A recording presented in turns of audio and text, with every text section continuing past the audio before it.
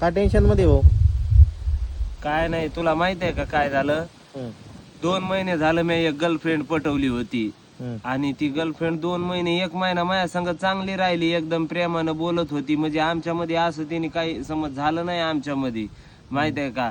1 महिन्याच्या नंतर ती काय म्हणी मला आयफोन 16 आलाय ना तो घ्यायचा आहे म्हणी आणि माझ्या नावावर लोन व्हायना म्हणी. मग काय पॅन कार्ड हे ते नाही, माझ्या नावावर लोन व्हायना म्हणी. तर तू काय करतोय नावावर ना तो मोबाईल घेऊन दे मला, मी त्याचे ना हप्ते भरीत जाईन म्हणी. फक्त तुझ्या नावावर लोन कर.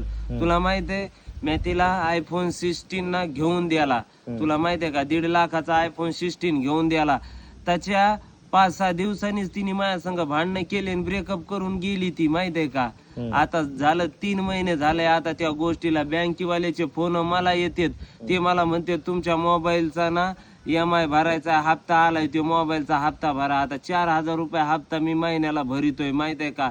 त्याला मी सांगतोय की अरे बाबा तिचं मग ब्रेकअप झालंय. ते म्हणतंय तिचं तुमचं ब्रेकअप झालंय, आमचं तुमचं थोडी झालंय. तुमच्या नावावर मोबाईल घेतलेला आहे बँकेमध्ये, जर तुम्ही भरले नाहीत ना हप्ते तुमच्यावर कंप्लेंट होणार म्हणे, माहित आहे का?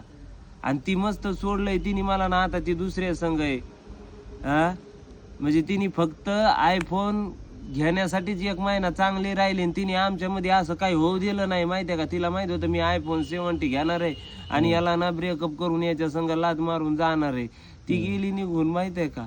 आता हप्ते मी भरायला लागलोय, आता मरणाचे हप्ते भरायचे आहेत मला. इथं मग खायचे वांदे, तिला घेऊन दिलं म्हणलं ती भरीन.